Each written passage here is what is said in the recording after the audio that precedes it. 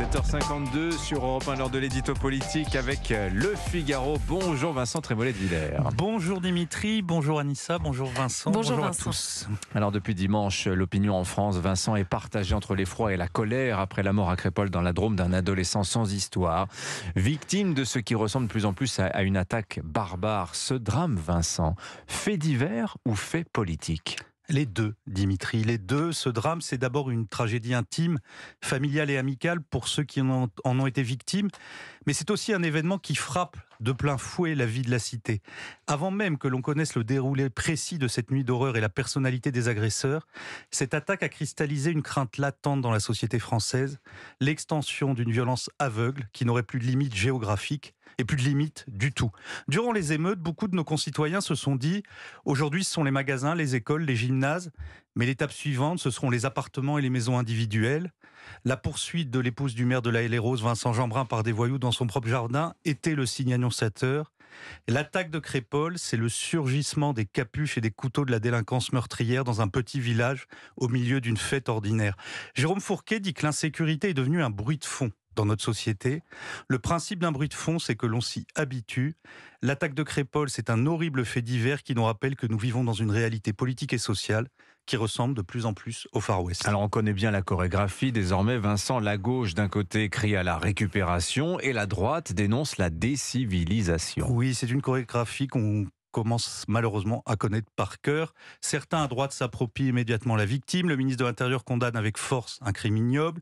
Le ministre de la Justice fait sa grosse voix pour s'en prendre aux récupérateurs de Reconquête et du Rassemblement national.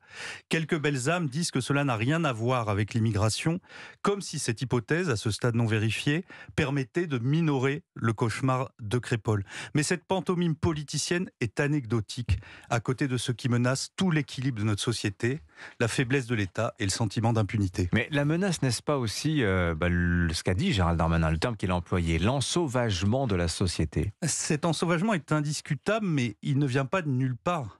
Cet ensauvagement prospère sur la crise de l'autorité. Crise de l'autorité dans les familles où le père est absent. Crise de l'autorité à l'école où le maître est soumis au désir de l'enfant roi.